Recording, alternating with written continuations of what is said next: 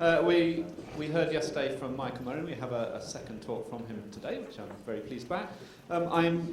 You just heard recently an advert for my book, which was just published 2 weeks ago, so I'm going to advertise Michael's book, much of which he'll be talking about, covering in this talk, I guess. Quite a lot of it's in here anyway. This is much more erudite than my book, I have to say. But it's in the bookstall over there, Nature Red in Tooth and Claw, so I'll just highlight that. So for the sake of those watching on video, I'll remind you that Michael's at Franklin and Marshall College, which is in Pennsylvania. He did his BA there, he did his MA and his PhD at Notre Dame, and he's worked in all sorts of other places since then, including our Oxford University in Britain. And he's going to talk about evil today. So over to you, Michael. Let me first of all offer a disclaimer. I should have done this yesterday as well, but because I wear two hats, Senior Visiting Scholar at Franklin and Marshall and Executive Vice President at the John Templeton Foundation, I just want to say that the remarks I make here are not remarks I make with my foundation hat on. So these are private remarks as an individual scholar. This isn't the title of the talk. I just thought I would show you this because this was published in the New York Times yesterday. So if you want to read the interview with Michael Ruse on the topic of the talk I gave yesterday, you can do that later or now if this talk isn't interesting. But now we'll turn to this, the topic of the talk today, evil and evolution. And so let me just start off with a few background remarks, and then we'll move into some of the material from the book, including some reactions to it. So Bob said it was erudite, but as you'll see, not everyone agrees with that. So in 2010, these are pictures from the Haitian earthquake in 2010, and after all natural disasters, we see armchair reflection being offered in the newspaper and blogs and so on how God could allow such evils to occur.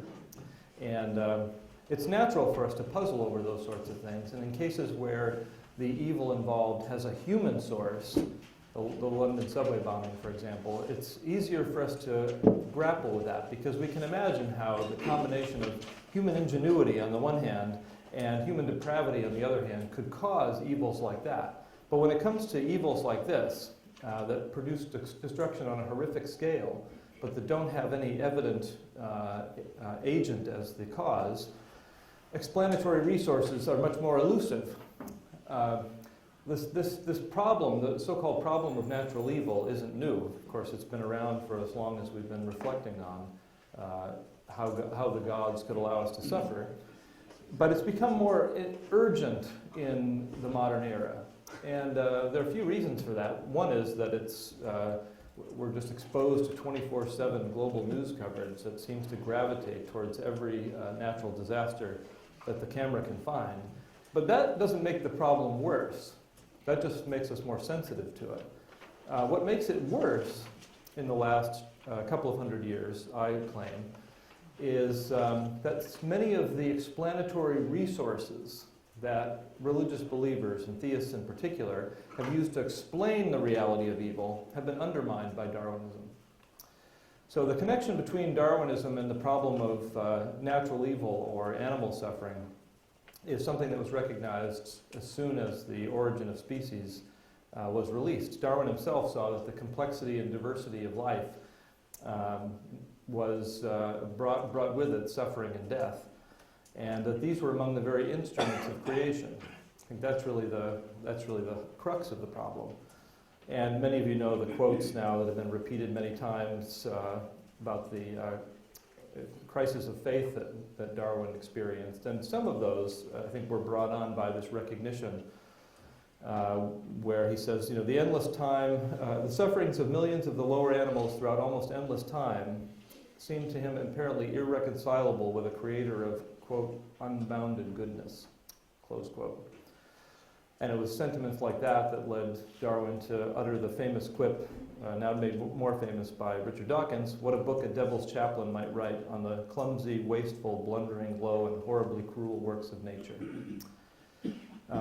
As a result of challenges like that, late 19th century Christian apologists who adopted the evolutionary account of biological origins were forced to grapple with the specific problem of the pervasiveness of animal suffering and death that was required by Darwinism. The challenge isn't only of historical importance, of course, as we now see people like Richard Dawkins and others commenting on this. But here's an example of one commentator from the 19th century. And by the way, I think this is still, for the historians in the room, this is a historical topic that hasn't yet received its due.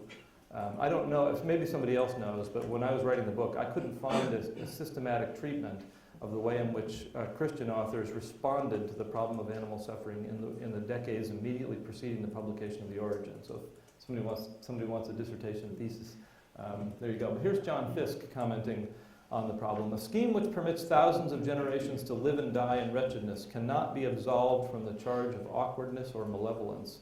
It's impossible to call that being good, who existing prior to the phenomenal universe and creating it out of the plenitude of infinite power and foreknowledge, endowed it with such properties that its material and moral development must inevitably be attended by the misery of untold millions of sentient creatures, of whose existence their creator is ultimately alone responsible. People wrote long sentences in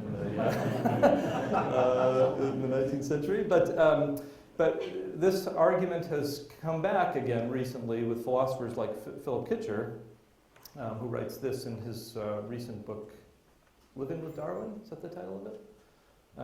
In any case, here's Kitcher. When we envisage a human analog, he says, presiding over a miniaturized version of the arrangement that we find in our created terrestrial order, peering down on his creation, it's hard to equip the face with a kindly expression.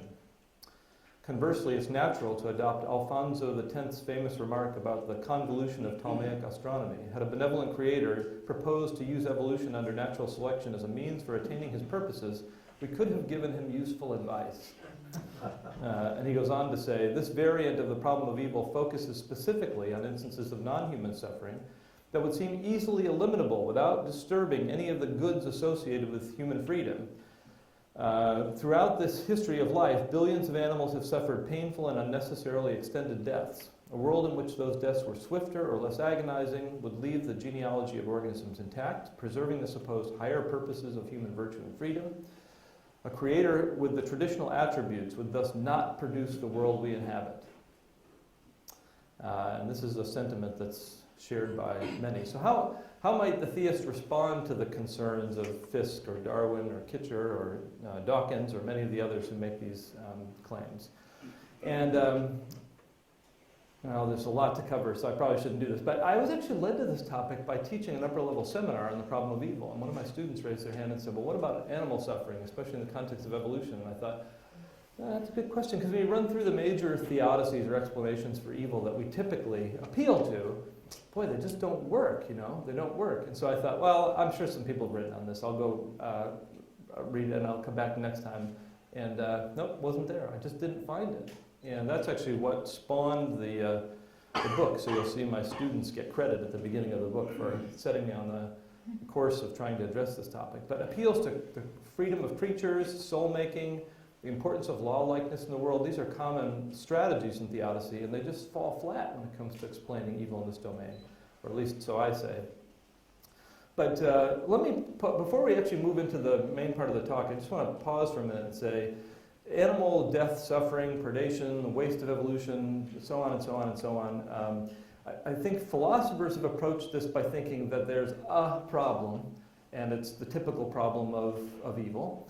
But I actually now think there's more than one problem. And the reason I came to this conclusion, and I'd be interested in hearing what people think about this in the Q&A, is because there are a number of books that have been written by theologians on this topic recently, and I'll mention some of them later. And when the theologians write on this problem, they tend to comment on the philosophical work on this problem by dismissing it, I would say. Dismissing its significance or importance, saying, well, the question of theodicy, that's not the right way to address this problem. What we really need to talk about is something else.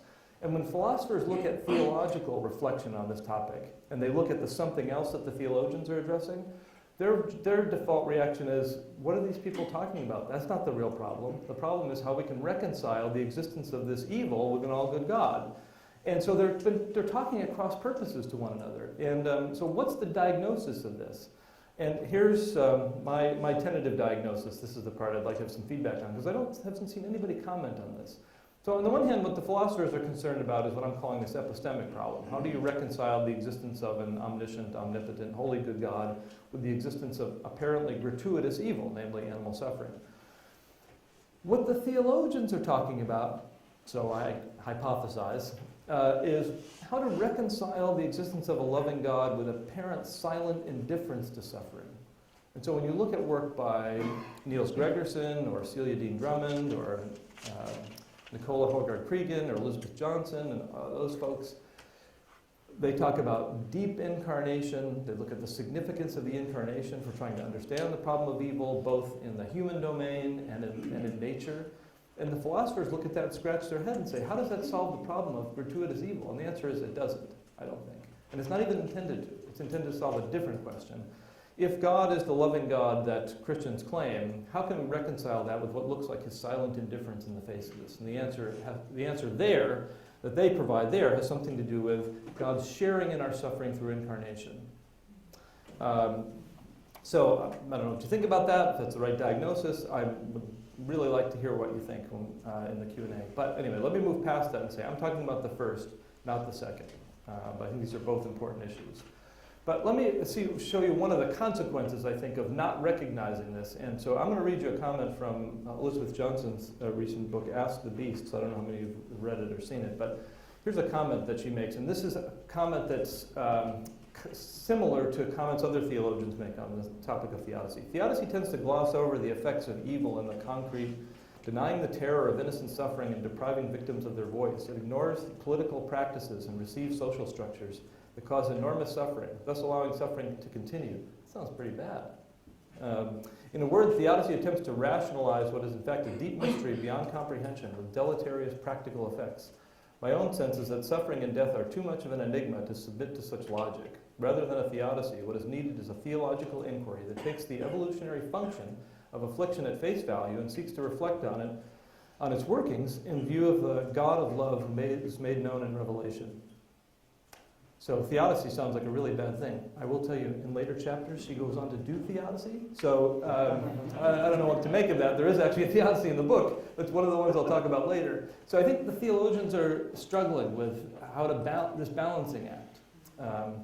Anyway, I think all these charges against theodicy are completely unfounded. I mean, it may in fact have this psychological effect on some people, but it's nonetheless an intellectual exercise that we still ought to continue, because there's a genuine puzzle here, shared both by believers and non-believers, and it's a challenge that the non-believers raise that really deserves a response.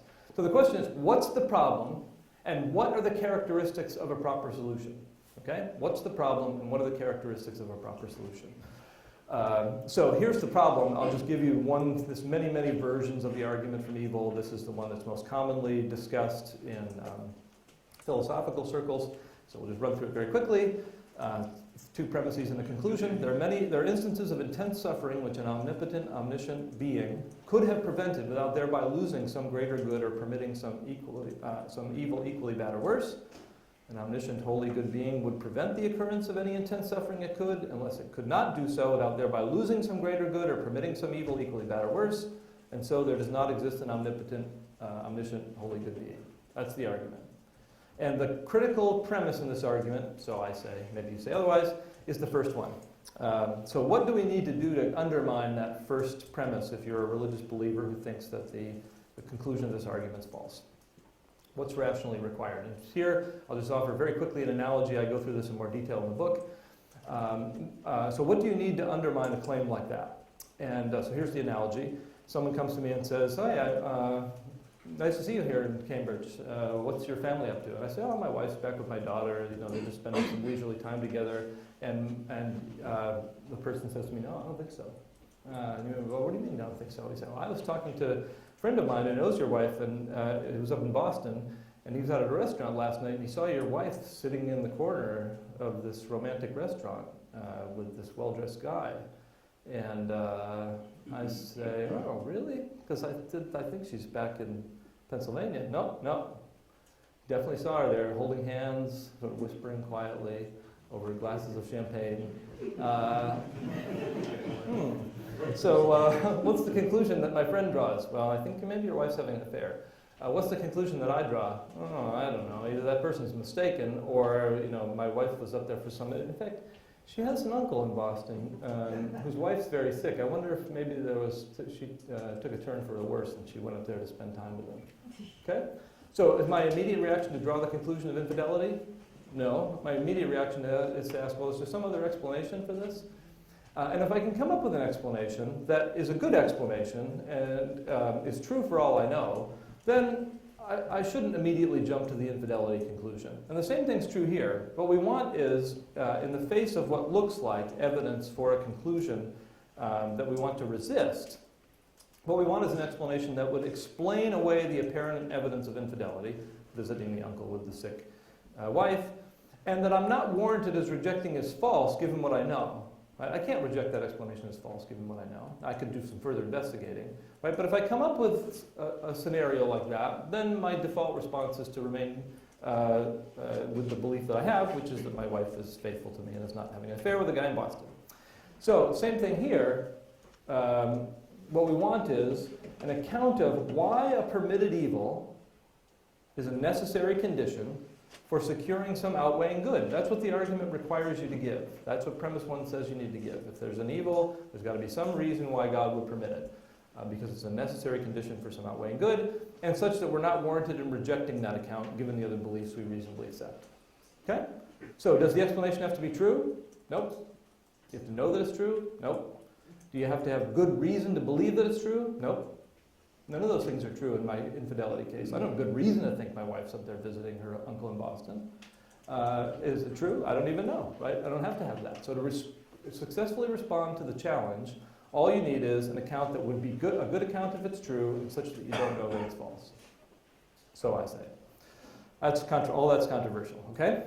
So here are 4, I'll try to do this real quickly. Here are 4 explanations that are out there. At least 3 of these are common. I think these are misguided, and I'll try to say why, and then we'll move on to see if we can come up with something better. So, first explanation is the fall. So this turns natural evil into, in fact, immoral evil. On this view, and this was the view that was most common prior to the publication of The Origin, and it's still out there today, is that the explanation for animal death, suffering, pain, predation, waste, and so on, is that the world is broken because of the fall of Adam and Eve. The world's broken because of the fall of Adam and Eve. Now, why is that seemingly problematic? Because we know that a lot of this evil that needs to be explained was around before any Homo sapiens were on the scene, or any Homo anything was on the scene. And so that seems odd, that the explanation for all these evils would be some event that took place later. Some of you might know in Bill Dembski's, I think, most recent book, he actually argues that despite that, the fall is the explanation for animal suffering. I'm not going to talk about that now, but we can talk about it later. I think it's a very strange view, and I think it's false. But really, there are 2 big problems. The temporal priority problem. The fall comes too late to explain what it's supposed to explain. Actually, I had a quote that I took out. Some young earth creationists, of course, use this as an argument for young earth creation. Right? The only way you can explain the existence of animal pain and suffering is if it's the result of some moral evil. And so it all has to come after the fall of Adam and Eve, therefore young earth. But there's a second problem that fall theorists don't address, and I call this the fragility problem. And so the fragility problem just is this. If you hold the view that all natural evil, including animal pain and suffering, is the result of the fall of Adam and Eve, then there's a different objection. And the objection is, what in the world would explain God's creating the cosmos in such a way that the integrity of nature and the pain and suffering of trillions of animals would depend on the moral decision of one guy at one time? That is very odd. And you might think it's just a flaw. Right? It's a significant flaw in the creation, which itself would be an evil that requires an explanation. Now, are there responses to that? Yes. Are we going to talk about those? No. So that's one explanation. You've all heard it. You've all thought about it. You all wondered about its potential to explain this problem. I claim it doesn't work. Second, very common explanation. In fact, this is the theodicy that Elizabeth Johnson gives, despite saying we shouldn't give theodicies. And that is what I call the freedom of creation response. So here's a quote from John Polkinghorne. I'm glad he's not here. This is why I have to do the disclaimer, because this is a Templeton Prize winner as well. So Polkinghorne says, God has created this amazing universe so that life can evolve and come into being, endowed with the true freedom required for love. This entails giving a certain amount of freedom to the physical processes and a process of creative destruction via evolution. So the idea is, in the same way that human freedom is a good thing, good enough that God confers it on us, knowing that there will be corresponding moral evils, freedom is a good thing for the non-agentive part of the cosmos, the physical universe itself. And so, but providing the cosmos with this freedom to wander, as Polkinghorne calls it, necessarily leaves open the possibility that natural evils will occur. And so when they do occur, the explanation for that is that there's an outweighing good, namely the freedom of nature, you might say. Now, I know I'm moving through this very quickly. I hope you don't think that's a caricature of the view. But this view, while endorsed by a number of people, I think is deeply problematic. Here's the Elizabeth Johnson quote. God gives nature the ability to develop freely, autonomously, and this terrible phenomenon is the result of the world's autonomous operation. It sort of goes by quickly in the book, but there are serious problems with this view that I think the advocates just haven't addressed. So, and by the way, a similar view was recently published in the book by Francis Collins and Carl Guiberson, The Language of Science and Faith. So it's a variety of different folks defending this view. So first, despite the label, the non-conscious creation is not free. It is not free. Okay? It might be contingent or unpredictable or random, but it's not free. And to make that claim is just to anthropomorphize about nature. So freedom means something, acting on the basis of intentions without being determined by the laws of nature. And that's not what nature does. I mean, you may think otherwise, but I think if you think otherwise, you're not a theist. So we can talk about that more later if you want to.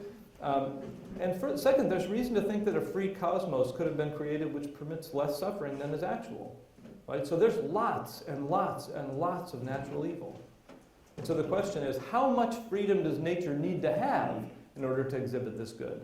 It looks like we've given it too much if the amount of evil, natural evil we find in the world is what it is. And third, even if 1 and 2 are resolvable, how good is it to have a cosmos that's free to wander? It's got to be really, really good to outweigh the horrific pain, suffering, waste, and death that it causes. So put it in the scales. This is what you have to ask yourself. Is it worth it? If this is the explanation, did God make a good bet here? Again, there's not an obvious answer to this question, but it's one of these cases where you have to weigh your moral intuitions and ask, how plausible do you find that as an explanation? And I don't find it plausible. I'm going to skip over this. This is from, I don't know how many of you have seen this book, Animal Suffering and the Problem of Evil, recently published, takes on another approach to this, but I'm going to skip to the last one. And this is the explanation from Francisco Ayala. And some people have repeated this explanation as well. So Ayala claims that God isn't accountable for natural evil because it arises from natural rather than divine causes. Okay, and here's a quote from Ayala. A major burden was removed from the shoulders of believers when convincing evidence was advanced that the design of organisms need not be attributable to the immediate agency of the Creator, but rather as an outcome of natural processes. Is that persuasive? It is not, right? It is not. Why? Because all it does is push the problem up one level.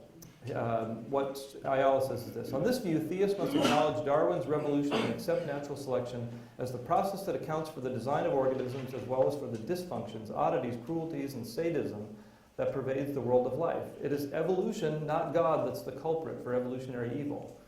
But again, this just pushes the problem up one level, okay? Why did God create a world like that?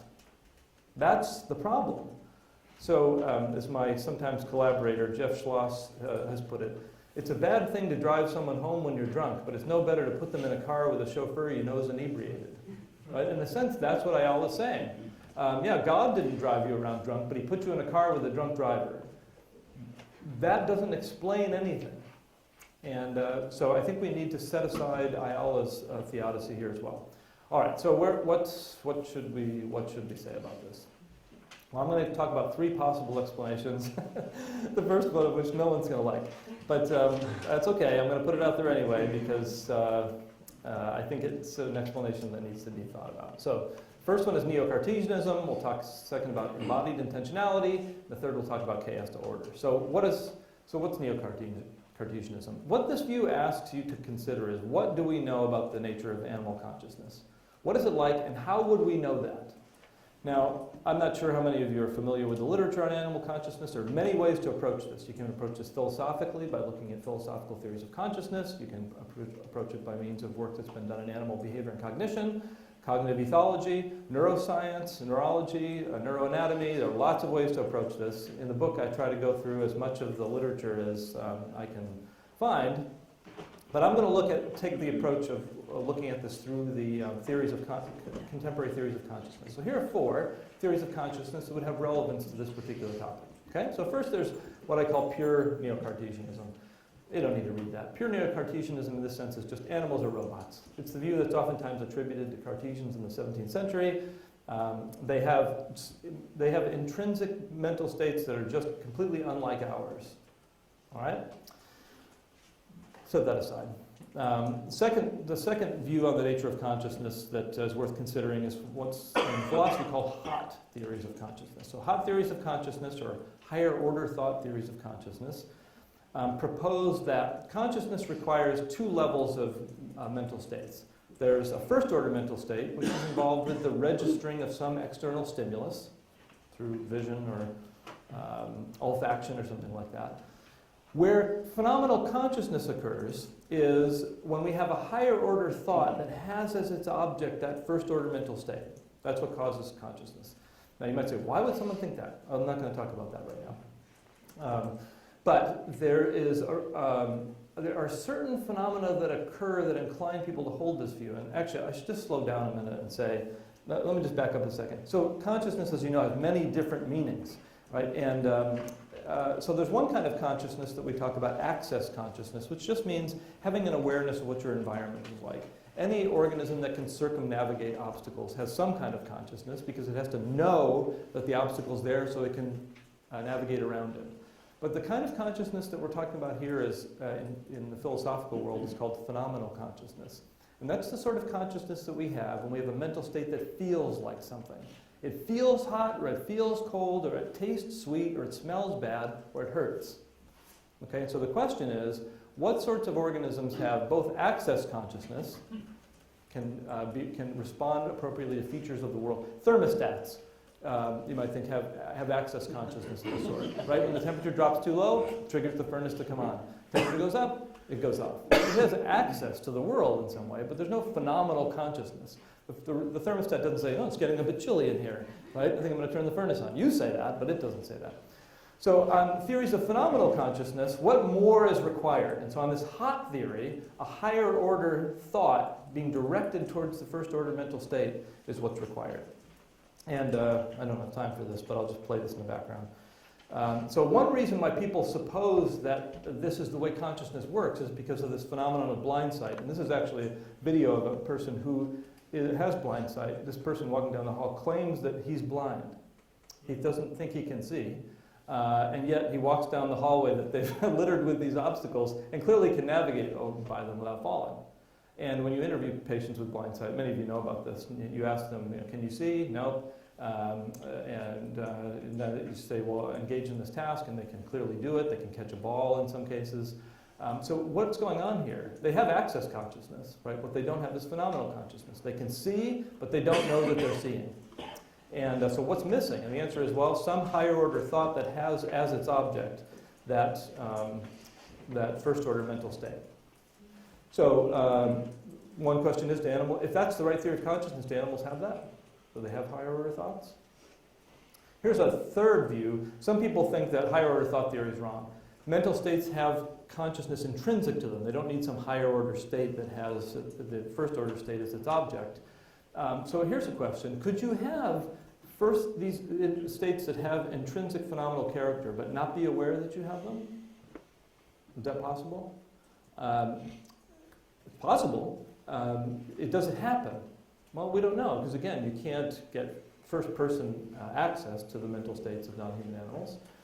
And then here's a fourth way of thinking about consciousness. I call it higher order indifference. So in the 30s and 40s, when lobotomies first began to be performed, the guy who invented lobotomies, Freeman, what was his first name?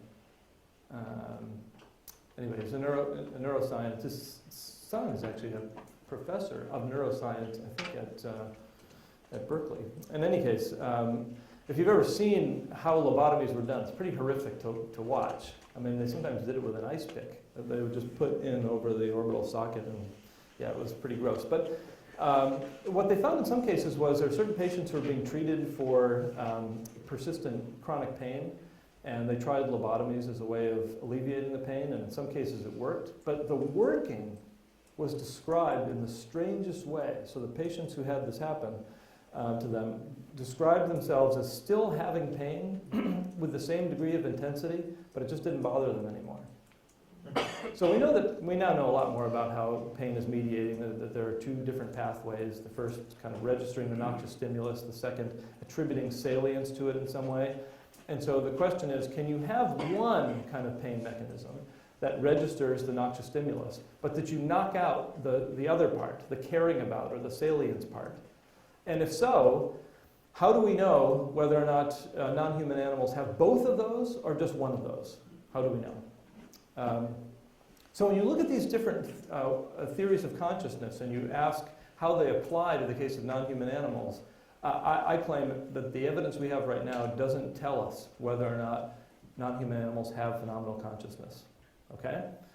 So, is there any reason to accept these sorts of views outside of their philosophical coherence? Well, hot theories are pretty hot. There are a lot of people who think that they're right, and if non-human animals don't have higher order thoughts, they don't have this kind of consciousness.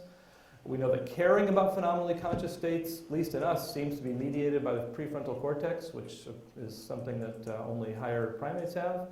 And we know that theory of mind is prone to lots of false positives. That is, we attribute intentional states to things that don't have them a lot. We're promiscuous about attributing mind to things that don't have it. And lots of cool experiments about that, but I know I'm way behind time, so I can't tell you about that. I was going to show you this clip, which is, so what I've had to say about this topic in the book has now become like a YouTube sensation. And there is this, if you want to see it, I'll show it to you in the Q&A. But there's kind of these dueling videos back and forth about this guy who's not even a scientist, Michael Murray, who's talking about neo-Cartesianism and animal suffering. Bill Craig has now started using this in his debates, and it's turned into a big mess. But we've got time, show it now. Okay. So here's the critic. Oh, I don't have. Do we have audio that I can hook in here? Yeah, there's a Or I can just hold the microphone up to it.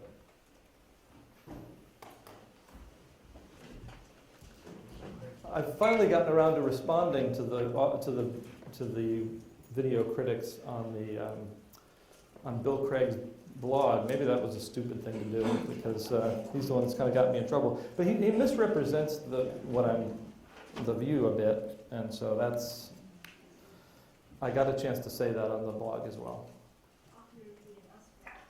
Who's Adam Dean on British television? That distinction is made clear in recent studies in biology, for example, in the book by Michael Murray, Nature, Red in Tooth and Claw. Because what we need for subjective experience to be aware is self-awareness. And that's connected to the... So they're in pain, but they don't know that they're in pain. Yes. When you're talking about the fellow primates, that's ridiculous. I'm sorry. I don't know this work you're referring to. But that's ridiculous. Infant gorillas laugh and cry. They are absolutely aware of their Self-awareness emotions. is determined by the When the mother goes, prefrontal when a cortex, mother which has a only human sleep, beings have. That's the point. whatever that explanation, when the mother goes to sleep after lunch, because she's been looking after the kids all day, I'm sorry to anthropomorphise them like this, but she goes to sleep. The father is, I mean, any human father would be delighted. They sit and they let the children slide down their back. Those infants play, they play together, they rough and tumble, they play sophisticated games, and they cry and they laugh. Those are firing off from their instincts. Those are firing off from their instincts. They're enjoying we can themselves. have a robots that gave off those emotions. Now, science does have the power to show that our intuitive understanding of the world can be wrong. But before It's we only 2 accept minutes that long. our experience with animals is not what we think it is, we need to examine the scientific claims. First, note that the one source these neo-Cartesians both quote is not a peer-reviewed journal article, and it's not even by a biologist. It's a book by a philosopher. It doesn't publish this claim in any of the leading scientific journals. Now, if someone makes a scientific claim, and their one source is a non-scientist who hasn't published this claim in any of the relevant scientific journals, that raises a big red flag. There you have it. In fact, in another version, in another subsequent video to this, they said this was a claim just published in a paperback book. Now, it was an OUP paperback book, but they didn't mention it. Anyway, if you're bored tonight, you can go look at the whole thing. But others have taken on the claims that I talk about in the book and have responded to differently. And this is a very common sort of response. So this is from Robert Francescotti in the Blackwell Companion to the Problem of Evil. This was just recently published. And so he's talking about whether or not the neo-Cartesian view is plausible. And he says, I think it's safe to say that the majority of well-educated individuals believe that not just a few, but many non-human species experience phenomenal pain. Pain guarding, limping, standing on one leg, or otherwise favoring the damaged area, which continues for some time after the damaging stimulus has ceased, is evidence of phenomenal pain in other animals.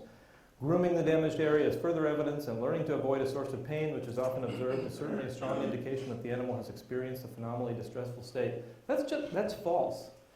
So these are all behavioral reactions to noxious stimuli that would have evolved for perfectly good reasons, even if there's no phenomenal consciousness at all. So I will tell you this. I was told not to put this chapter in the book. People are going to think you're an animal hater. I have a cat, okay? I love animals. But people said, don't put this in the book. I did anyway, and it's precipitated a lot of responses, and frankly, they're not very good. And now it's made me think, hey, maybe this view has some legitimacy. Like, I thought I was completely crazy when I wrote it. Now I'm starting to wonder. But anyway, it's a view. The question is, come back to our standard. If it's true, it would provide an explanation for the phenomenon we're trying to explain, and we don't know it to be false. Does this pass the test? I don't know. You might say, come on, you got to be kidding me. I'm not going to take this view seriously. Okay, we'll go on to something else. But the point is, it's a position worth reflecting on. All right. Does it lead to animal cruelty, mistreatment of animals? I address all that in that chapter of the book. The answer is no. Although people apparently didn't read the whole chapter because they accused me of being an animal torturer. Anyway, so if neo-Cartesianism is wrong, where do we go next? And so here's where I think we go next. Essentially, the neo-Cartesian view says this is illusory, there's nothing to explain. If you don't say that, there is something to explain, and therefore what you need to explain is, well, what are the outweighing goods which license permission of these evils, okay? So we'll turn now to the embodied intentionality argument. So some people have argued that it's good for animals to be capable of experiencing phenomenally conscious pain and suffering because it permits them to engage in acts of great moral significance. Richard Swinburne claims this. So a mother protecting its young from a predator is displaying a certain kind of moral courage in the face of a threat of pain, suffering, death, and loss. And that's a good feature of creation. Some have argued that, contrary to the claims of others, the possibility of phenomenally conscious pain and suffering in non-human animals does permit soul-making, which allows non-human animals to experience God in the afterlife in a way that they couldn't otherwise. It's an analog of the soul-making type response that you find in theodicies that are aimed at moral evil. John Wesley seems to have favored a view something like this, interestingly. Others have argued that Oh, sorry. So what do we think about these two views? I'll talk about another version of embodied intentionality in a minute. I myself don't find them plausible. And the first reason is because while that kind of moral significance that Swinburne talks about might require that the mother face a loss, maybe a loss of her offspring, it doesn't require the possibility of pain and suffering as far as I can see. And furthermore, I think soul-making for animals is just implausible. But no time to talk about that now. So here's a second way of thinking about it. When embodied creatures act on intentions, there must be some mechanism that allows them to weigh the good of achieving the end that they desire against the ills of concomitant noxious injury. Okay, so God made us intentional agents. We have the ability to act to try to achieve certain goals. And sometimes we really want to achieve those goals. Sometimes we want to achieve them so badly that we're at risk of putting our physical integrity in harm's way. And so if you're going to create embodied creatures like us, I mean, well, who am I to say? But if you're going to create embodied creatures like us and allow them to act on the basis of intentions, you better give them some alarm bells that let them know when their physical integrity is at risk. And when it's really at risk, you better give them a signal that they can't avoid. Okay, so how might that work? Well, many of you are familiar with Philip Yancey's book that he wrote in conjunction with Paul Brand. I can't actually remember the title of it right now. But let me. So what Paul Brand did, he worked with people with Hansen's disease who lose the ability to feel pain in their, especially in their peripheral digits. And what it led to, of course, was these horrible disfigurement because people would injure themselves in ways that were irreparable. And so they carried out a lot of experiments looking for ways that they could fix this. They gave people like pressure-sensitive gloves so that if they grabbed something too hard, a little light would come on the rim of their glasses or a tone would sound in their ear. And none of those things worked. The only thing that worked was for them to wire up a battery to their underarm, because because of the high heat there, the bacteria wouldn't kill the peripheral nerves, and so you could still shock people in their underarm. So they put on the pressure-sensitive glove, wire it to the battery, put the electrodes under their armpit. So if they grabbed something too hard, it would shock them. And so some of you might have seen this quote, but anyway, this was something they observed when they were trying this strategy out. So there was this patient they were helping, Charles, and he was fixing his motorcycle. So Charles wheeled the bike across the concrete floor, kicked down the kickstand, and set to work on the gasoline engine. I watched him out of the corner of my eye. Charles was one of our most conscientious volunteers, and I was eager to see how the artificial pain sensors on his glove would perform. One of the engine bolts had apparently rusted, and Charles made several attempts to loosen it with a wrench. It did not give. I saw him put some force behind the wrench and then stop abruptly. The electric coil must have jolted him. Charles studied the situation for a moment, then reached under his armpit and disconnected a wire. He forced the bolt loose with a big wrench, put his hand under his shirt again, and reconnected the wire. It was then I knew we had failed. Any system that allowed patients freedom of choice was doomed. So maybe you need pain in order for intentional agents to survive in an embodied world. Is that the explanation? I don't know. Is it an explanation? It is. Is it a good explanation? It might be. So let me move to so embodied intentionality. That's a plausible response, I think, to the problem of pain. And embodied agents aren't going to be just human agents. All right, let me turn to the last one. So the last one, I call it the gnomic regularity response. And this is appealing to gnomic regularity is a very common strategy when responding to natural evils more generally. So the theodicy usually goes like this.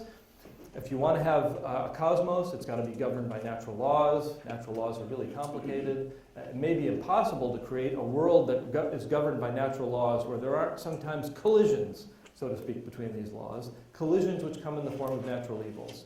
So perhaps there's no way of avoiding tornadoes and hurricanes and tsunamis. You just can't do that because creating worlds that are capable of sustaining life, that are governed by natural laws, inevitably leads to certain kinds of bad byproducts, and that's just the way it is, unless they can be overridden by miracles. So is that a good explanation for the pain, the natural evil of animal pain and suffering? Well, before we get to that, what sorts of goods, you might say, well, okay, what sorts of goods are we supposed to get out of this law-likeness of the world? And some say, well, here are a few. One is you need a law-like world in order for free intentional agents to operate. Why so? Well, because if I want to throw a ball to my friend, or if I want to switch the light switch on, I need to know that by engaging in certain bodily motions, certain things will happen after the fact, right? So if I want to throw this glass to Chris, I won't do it. But if I did, I'd want to know that by making certain bodily motions, the laws of nature are going to cooperate once I let go of it, and that it will continue on its trajectory so that he can catch it. You just can't engage in intentional action unless the world cooperates in a law-like way. So you need gnomic regularity in order to have free will. That's just one. Interestingly, if you look at the history of this topic in the 19th century, it was quite common for scientists and theologians and philosophers to argue that gnomic regularity was good because it gave us the ability to engage in science. Because science is a good thing. So here's G.F. Wright. There's a very long series of quotes. I won't go through all of them. But here's one claim that he makes. The tendency of the mind which leads us to seek for the bond of unity and order which appears in the similar and analogous phenomena is among the noblest impulses and the highest endowments of the soul. The gratification of that tendency must constitute an important part of the reason of our existence. The adaptation of the creation to this tendency of our minds is among the most important of nature's contrivances. So he goes on to argue that science is one of the noblest activities we can engage in order to be able to do science. The world has to be nomically regular, and that leads to some natural evil as a byproduct. I don't know if you find science a good reason for animal suffering, but anyway, there you go. There's some more quotes. I'm going to skip past that. Some people have said gnomic regularity is an intrinsically good feature. It's not because it's instrumental for some other good. It's just good all on its own. And so here's a quote from Henry Ward Beecher, perhaps the most famous 19th century preacher in the U.S., in his book on evolution and religion. If single acts would evince design, how much more a vast universe that by inherent laws gradually builded itself and then created its own plants and animals, a universe so adjusted that it left by the way the poorest things and steadily wrought towards more complex, ingenious, and beautiful results. Who designs this mighty machine, created matter, gave its laws, and impressed upon it a tendency which has brought forth almost infinite results on the globe and wrought them into a perfect system? Design by wholesale is grander than design by retail, says Beecher. And you might think of Howard Van Til's view as being similar here. So what about that? Is gnomic regularity a good reason for explaining natural evil more generally and animal pain and suffering in particular? Nope. It turns out it isn't. Why not? Well, the answer is because permitting such suffering isn't a necessary condition for realizing those goods. It doesn't look like animal pain and suffering has anything to do with that. Right? Law-likeness, yes. Animal pain and suffering, it doesn't seem to follow. If it's not clear to you, we can talk about that in Q&A because I'm running out of time.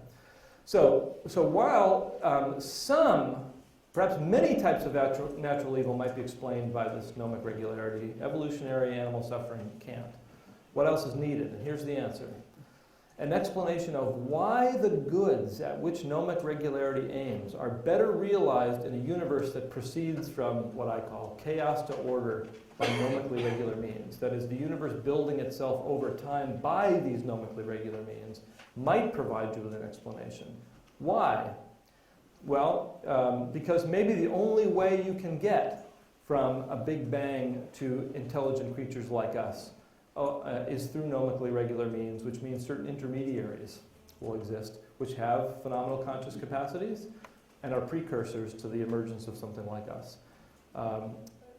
Christopher Southgate claims that he doesn't hold this view, but everyone seems to think that he does. In his book, The Groaning of Creation, he says that this sort of path from chaos to order through gnomic regularity requires passing through these intermediaries, and that's what explains there being animals that are capable of suffering. So this notion that the universe brings about order over time has been defended not only recently, it's been defended historically. This isn't a post hoc justification for evil that comes post-Darwin, because you see it in the writings of people like Thomas Burnett and William Whiston. Henry Ward Beecher also speaks to this again. So I'm going to skip ahead here a little bit. Right. So the question is, well, is it worth it? Is it worth it to have a universe that goes from chaos to order through gnomically regular means that has as one of its byproducts suffering non-human animals? It's a question, maybe you think, well, the answer is no different than the one you gave in the past when you talked about Polkinghorne's view. A universe with freedom doesn't seem worth the cost. But notice there's more to it than in this case. The idea here is that that process of building over time is a necessary precursor for yielding organisms made in the image of God. Is that worth it? And you might say, well, maybe it is worth it to have such creatures, but it should have happened by a 6-day special creation. Okay, so there's lots of variables to think about here. So notice this, I'm not proposing a solution, but rather some possible solutions that satisfy those conditions I gave at the beginning. Right? The conditions at the beginning were, it's a good explanation if it's true, and we don't know that it's false. Are all these solutions true? They can't be, because they're not even consistent. Right? The Neo-Cartesian view says that it's not even real, right? Whereas the other views say, embodied intentionality says you have to have phenomenal conscious pain in order for embodied organisms to survive in a world where they act on the basis of intentions. So there's no kind of cumulative case you can give here or something like this. There's different alternatives, and I'm not arguing for any of them in particular. So the key is this: explanations to be serious candidates must explain why the evils in question are necessary for achieving some outweighing good, and such that they're not entitled to rule them out entirely given what we know. And that's a low standard epistemically, and it's still a hard task. All right, so that's the end, and I'd be happy to entertain questions.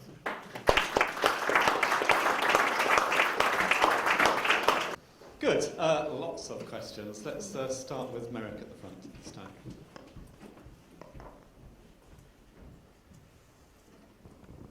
One thing that you haven't covered, I can't remember if it's in your book because it's a while since I read it, is the issue of evil extrinsic to the physical universe.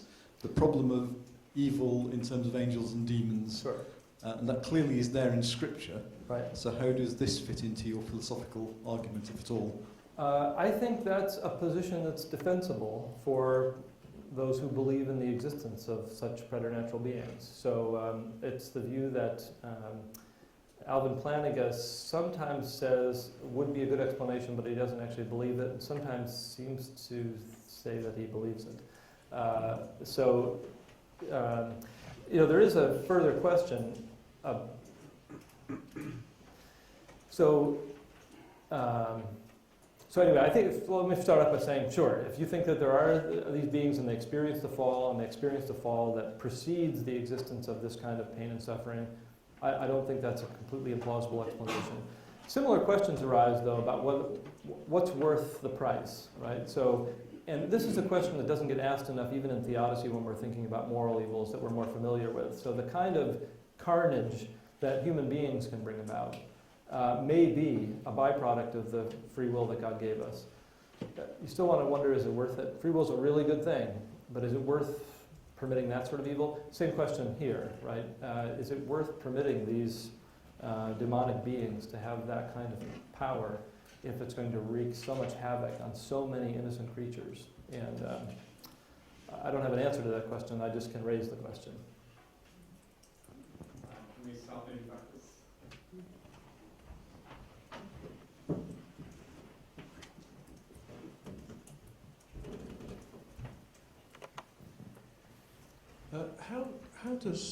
How do your arguments deal with the fawn in the forest story? So here's a small deer in the middle of a forest fire that dies in intense suffering and pain, would have absolutely no effect on evolution or the creation of man or anything else. That's right. Sure. So the idea here is that it might be an overridingly good thing. So there's actually different answers depending on which of these views you want to take. But let's start with the embodied intentionality view. So on that view, the idea is it's essential for creatures that act on the basis of intentions that they have the ability to experience phenomenally conscious pain. Lots of assumptions built in there, I know. But if you buy that, then they have systems that allow them to experience phenomenally conscious pain in the face of a noxious stimulus. Being burned in a fire would be an example. So that's just a byproduct of having this neural circuitry that confers on you the ability to experience phenomenally conscious pain. And that's just going to be a byproduct of having a world with creatures like that. Occasionally, they will experience they're experiencing a noxious stimulus, right, being burned in the fire, that's causing them to have this phenomenally conscious state of being in pain. And in that condition, they're working just as they were designed to work. I think that's the end of the answer. The good reason is having the ability to experience phenomenally conscious pain is a good thing for that creature. Now, in that particular case, it doesn't succeed in allowing them to avoid the noxious stimulus, which is the intention for having it, but that's what the system was designed for. Maybe there's something unsatisfying about that I'm missing, but I think that's the solution.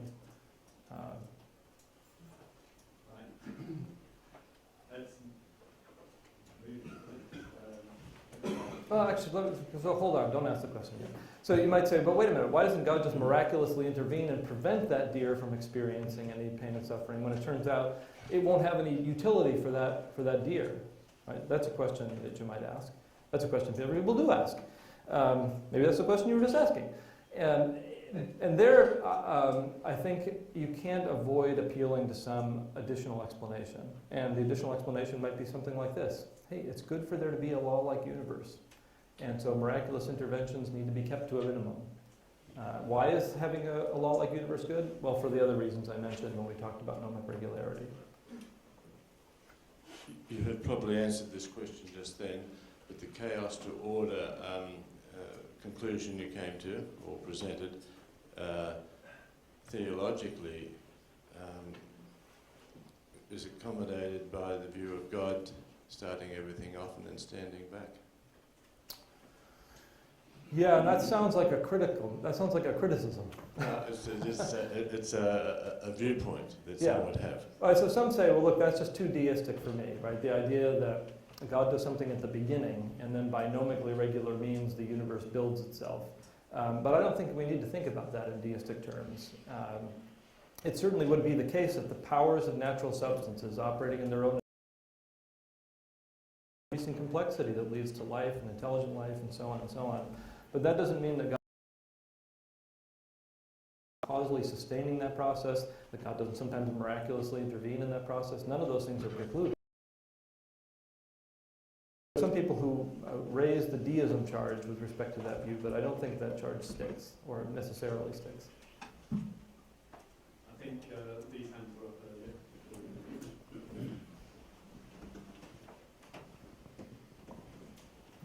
I want to ask the question from the other end of this conversation, and that is, what if we have misconstrued what it means for God to be good and loving?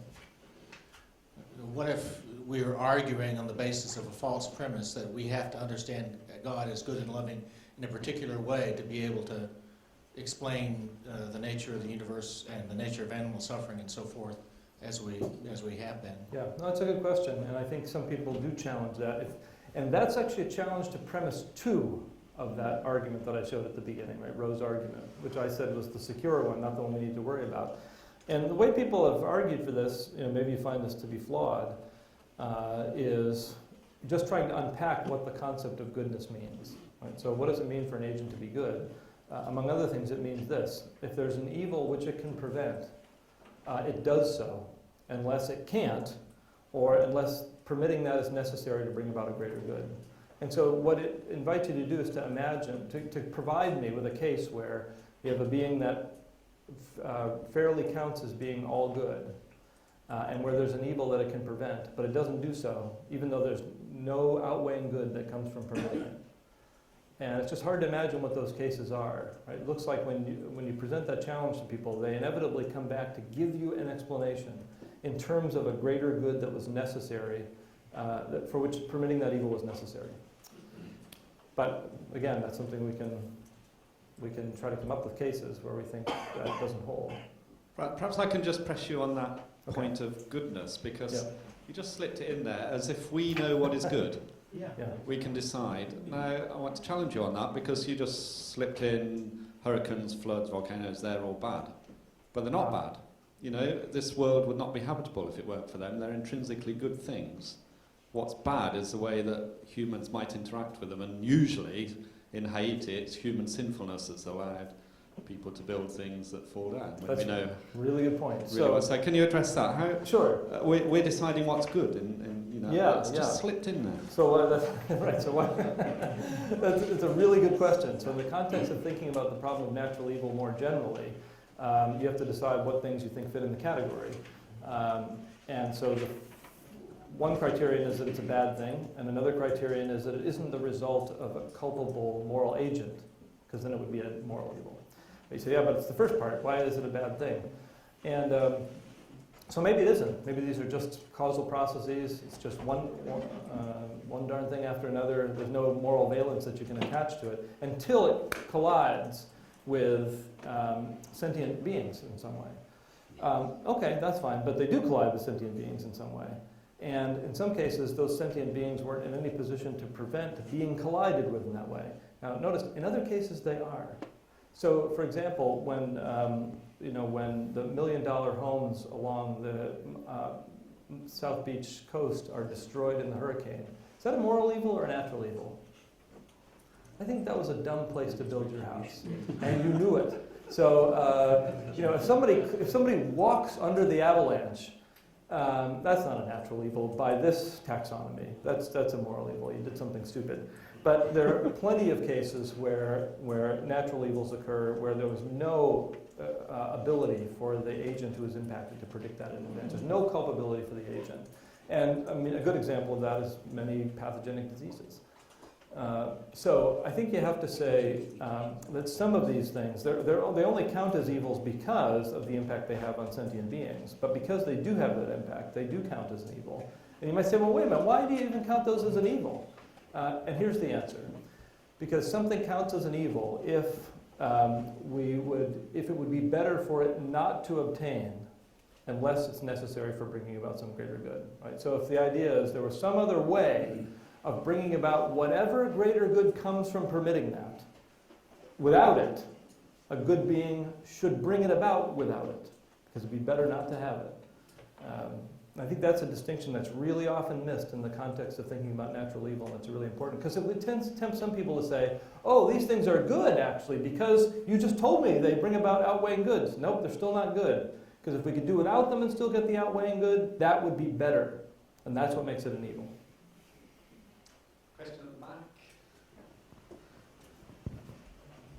Hi. In a sense, following on from what Bob just said, in terms of biblical theology, obviously the Christ event, the incarnation, crucifixion, resurrection have a huge impact on theodicy. But the most substantial direct biblical reflection on the subject is the book of Job. Right.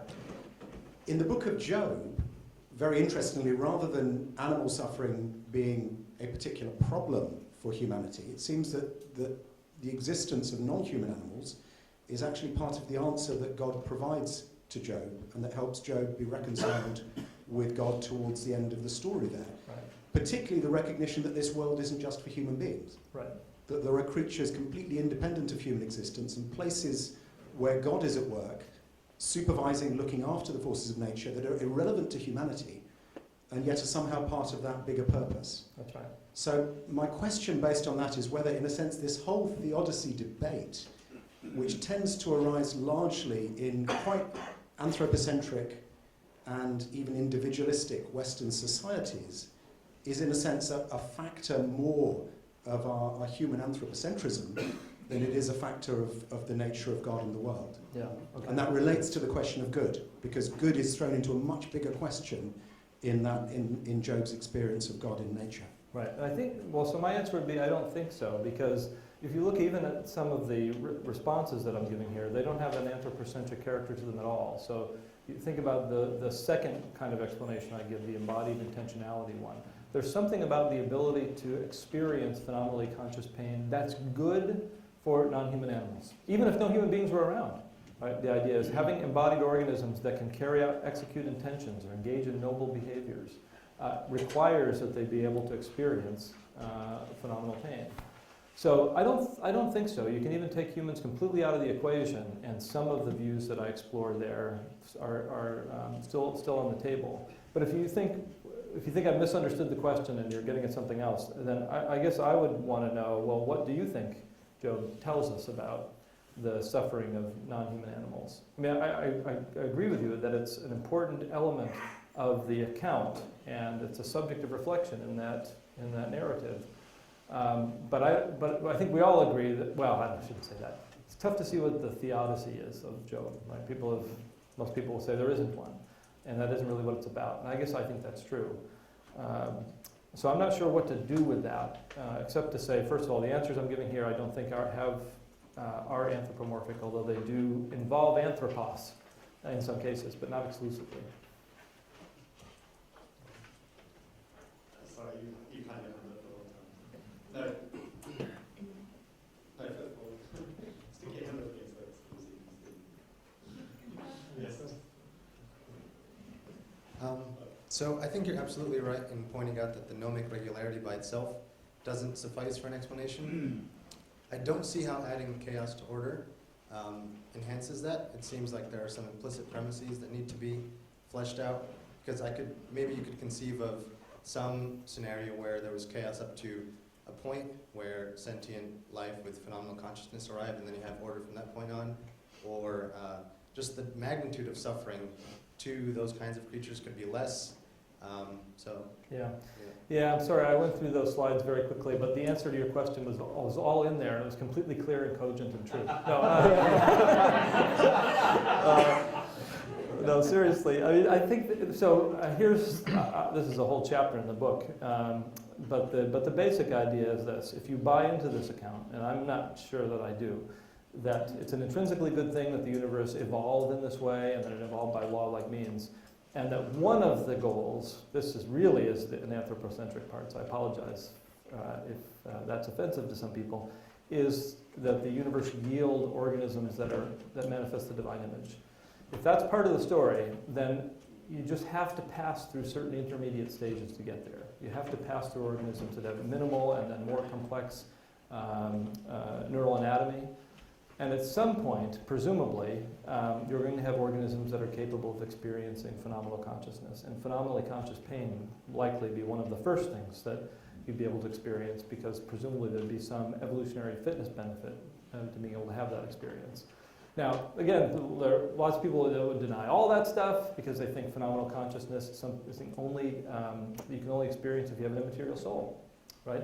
So if that's a view you hold, none of this stuff makes any sense at all. Right? If you think phenomenal consciousness is the province of the immaterial soul and only human beings have that, and God confers that on you directly, this whole account goes off the table.